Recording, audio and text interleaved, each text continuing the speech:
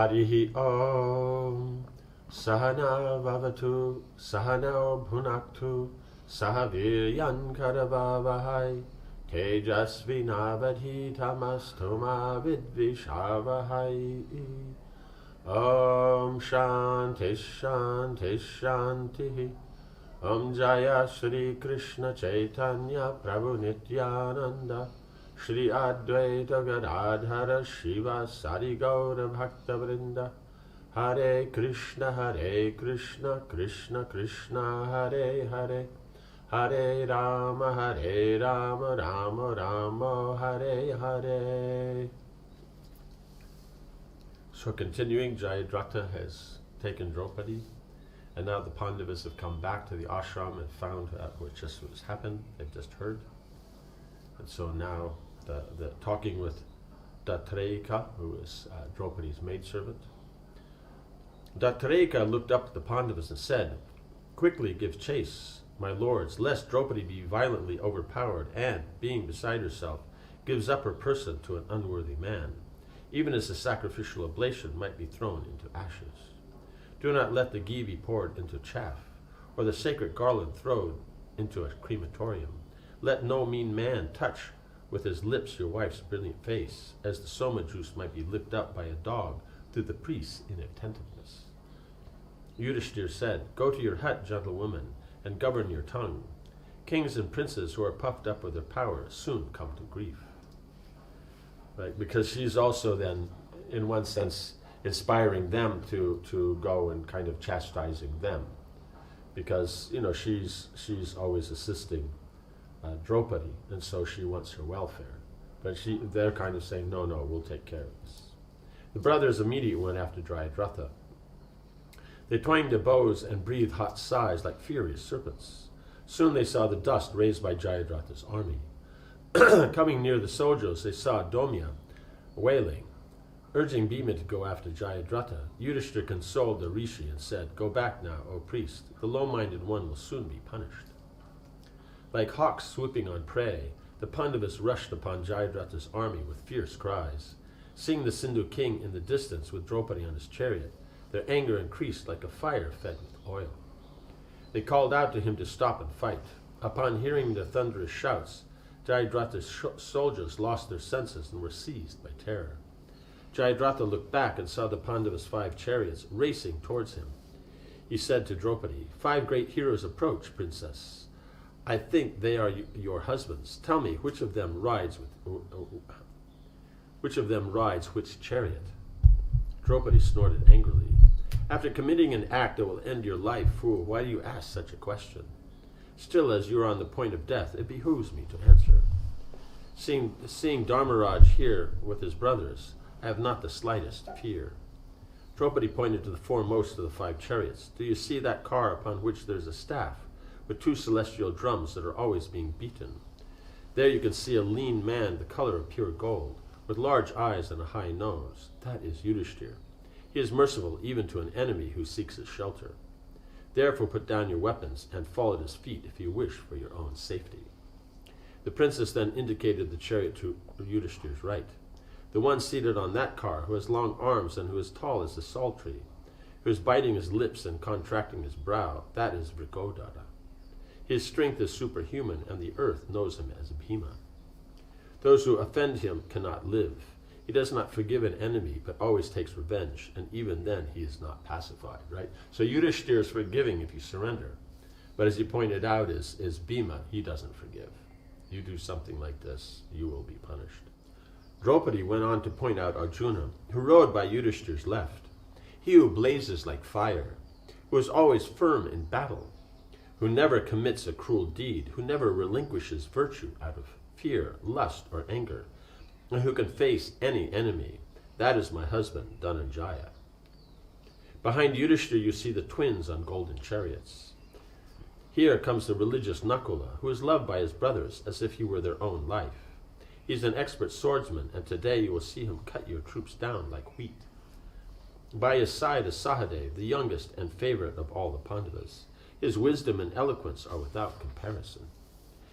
That intelligent hero, so dear to Kunti, would rather enter fire than say anything against religion or morality. Jayadratha looked alarmed. Draupadi laughed. Now you will see your army like a ship with its cargo of jewels wrecked on rocks. If you escaped unharmed from the Pandavas, you will have a new lease on life. Jayadratha shouted commands to his generals, quickly arraying his forces for battle.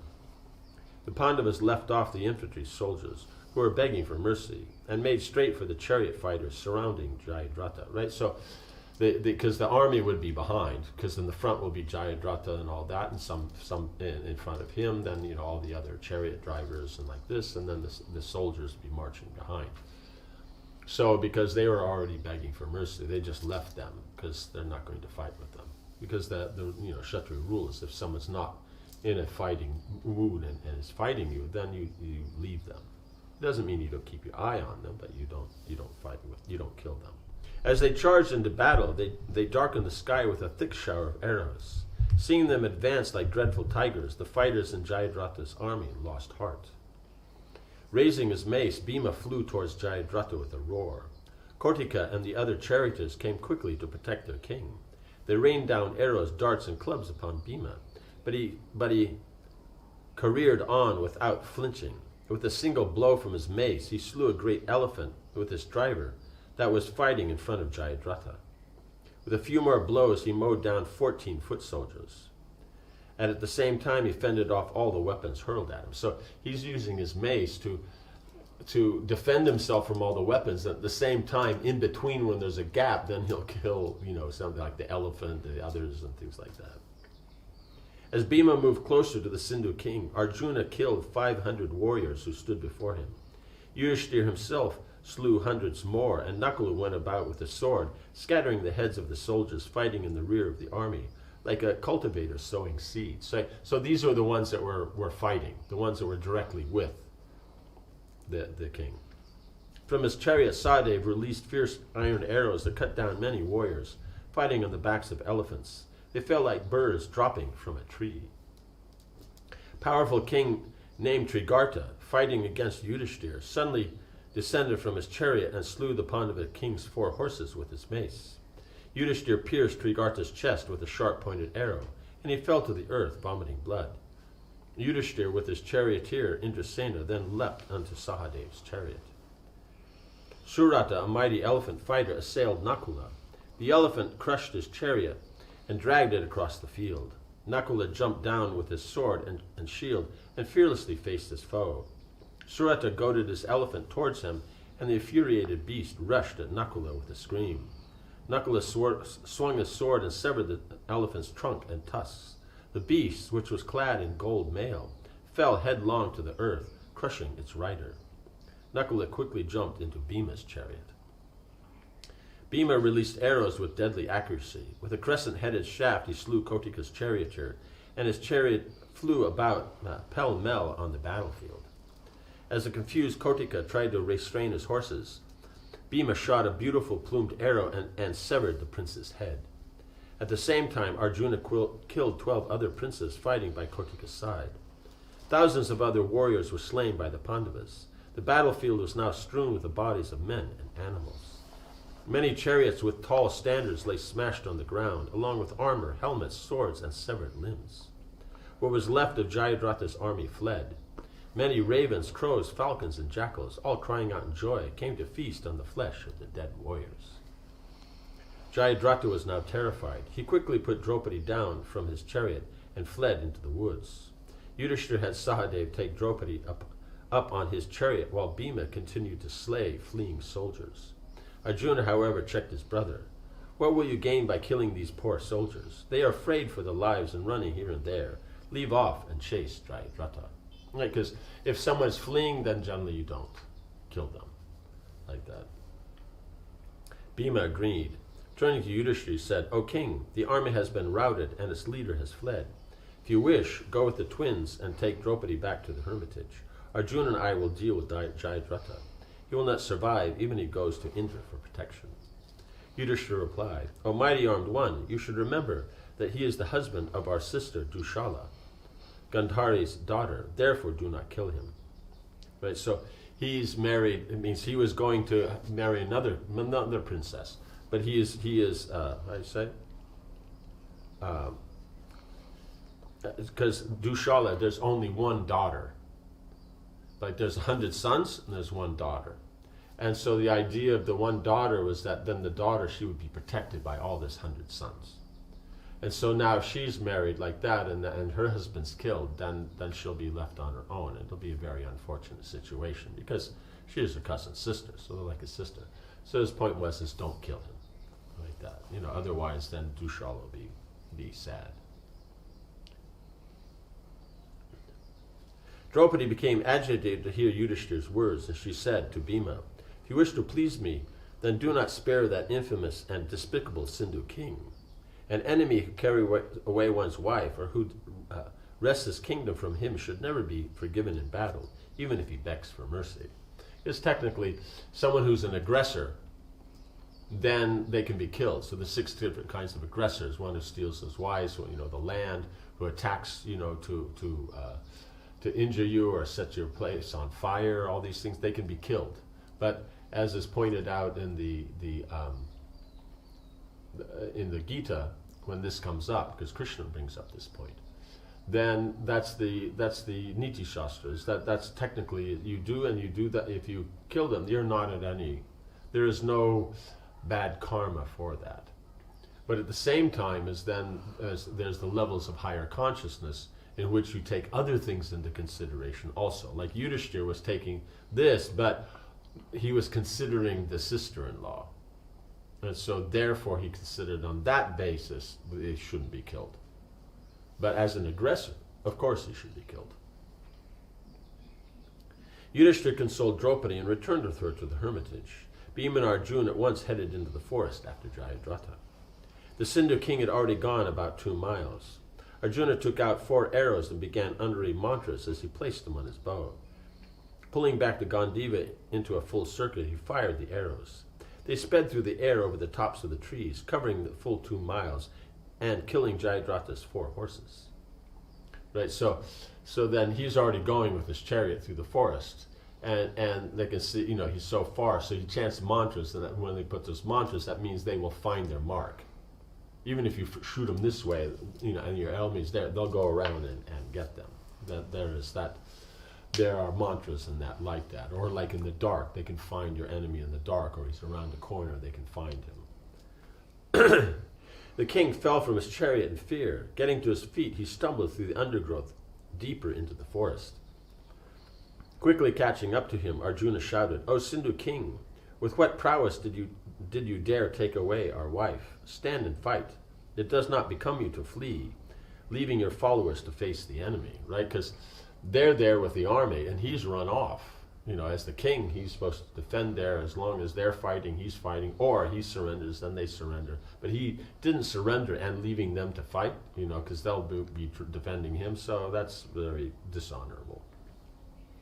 Jayadratha did not look back. Bhima jumped down from his chariot and bound after him. So bound, when you say bound, it's running, but it just means that there's such big, steps and all that. So he's very quickly going to catch him. His eyes red with fury. He quickly caught the terrified king and seized him violently by the hair. Arjuna called out, "Don't kill him." And Bhima, who was about to deliver a powerful blow, pulled back his fist. He dashed Jayadratha to the ground and kicked him in the head. As the dazed king staggered to his feet, Bhima knocked him about, striking his head and chest with his fists and knees. Jayadratha fell unconscious to the ground, and Bhima dragged him to Arjuna.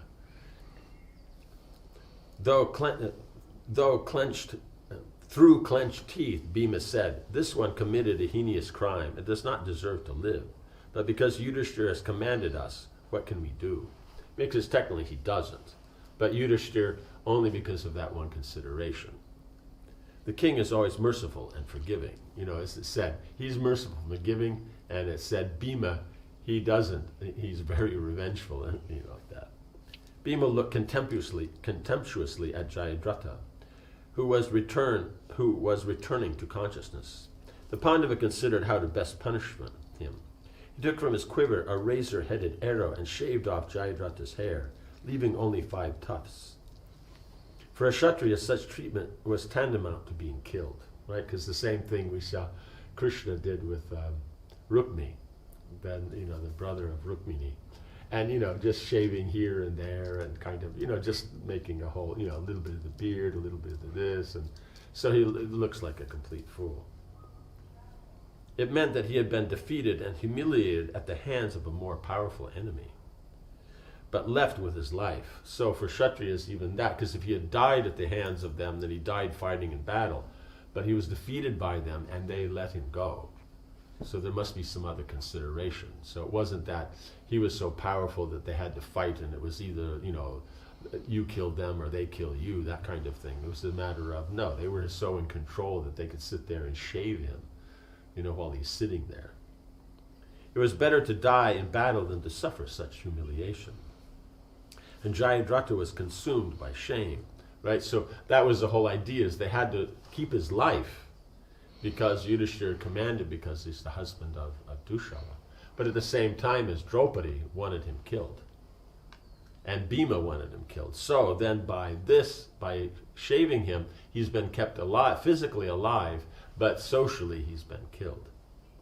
Bhima threw him to the ground and said, "Fool, if you wish to live, then listen to my words. From now on, wherever you go, you must announce yourself as the Pandava's slave." This is the accepted custom, right? Because he has been defeated by them, then he should say he's a servant of Yudhishthira and that. Jayadratha sat on the ground with his head bowed. "So be it," he said, trembling. Bhima pulled the king up and pushed him towards Arjuna's chariot. "Get aboard," he ordered. "We will take you to Yudhishthira to receive his command." They rode back to the hermitage and found Yudhishthira seated amidst the Brahmanas. Bhima dragged Jayadratha down from the chariot and had him bow before Yudhishthira. "Here is the wretch who offended Draupadi. You may tell the princess that this vile man has now become our slave." "Let him go," Yudhishthira said with a smile. Draupadi came out of her hut and saw the bedraggled Jayadratha on the ground in front of Yudhishthira. The soft-hearted princess, thinking of her cousin Dushala, right, because at the moment she's in that passion, because she's a Kshatriya, so also that passion is there. But, then because Yudhishthira had said that, she's back in the ashram, she's safe now, they know he's been, by him being bedraggled and shaved and all, she knows he's been insulted and everything like that. So now she also is thinking of Dushala. The soft-hearted princess, thinking of her cousin Dushala, said, "Yes, we should spare him. Bhima has punished him sufficiently, and he has now become our slave. Set him free." Bhima told Jayadratha to go, right? So not only is Yudhishthira told like that and then commanded, okay, so it's the man, but now it's Draupadi's saying, because she was the one that said before he should die. And so now going, then technically he's been saved by a woman, right? Bhima told Jayadratha to go. The Sindhu king, beside himself with anguish and shame, bowed before Yudhishthira and the Brahmins, and then stood up to leave. Yudhishthira said, "You are a free man. I will release you this time." Release you means he's not, they're dependent. "But do not commit such a vile act again.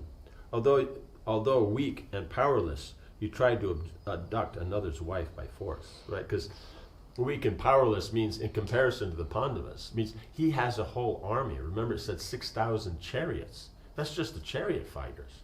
Then there's elephants and everything else. So, and 5 people came and defeated them all. Right? And with not much, it wasn't like it was a great battle. It was just they came in, started firing arrows, started this and that, and within a very short time they're all defeated, so much so that Jayadratha saw this is not going well and ran off into the forest. Seeing Jayadratha's piteous condition, Yudhishthira was moved to compassion. He held up his hand in blessing and said, "May your heart grow in virtue. Go now in peace with your followers. Never again contemplate such impiety." What's that? Jayadratha walked away from the hermitage sorrowful. He thought only of how to avenge himself. This is the problem with demons, and that is that he's done wrong, but he can only think how to avenge himself, and rather than thinking I'm like that. How to avenge himself on the Pandavas. Realizing he would never be able to overcome them in battle, he decided to accept a vow of asceticism to please Shiva. If he were empowered by that great deity, then surely he would be able to defeat any enemy. Even the mighty Pandavas. The Sindhu king made his way to the bank of the Ganges and sat down in meditation. For a long time, Jayadratha practiced severe austerities, eating only leaves and remaining wrapped in prayer to Shiva. Eventually, the god came before him and said, "What do you desire?" The delighted king replied, "May I be able to vanquish in battle all 5 Pandavas seated on their chariots." Shiva smiled. "This cannot be," because his point is they're under the protection of the Lord. They're such powerful. It's not possible. The Pandavas are unconquerable because they are protected by Krishna. Even I cannot slay them. Therefore your desire is impossible to fulfill. But I will grant you this. With the exception of Arjuna, who is the invincible Nara incarnate, you will be able to check all of them in battle 1 time only. After granting this boon, Shiva vanished, leaving Jayadratha to return to his own kingdom, wondering when the day would come when he would be able to use this boon. So that ends the story on Jayadratha. And next we have the Lake of Death. Om Hare Krishna, Krishna Krishna, Hare Hare, Hare Rama, Rama Rama, Hare Hare. Jai Srila Prabhupada.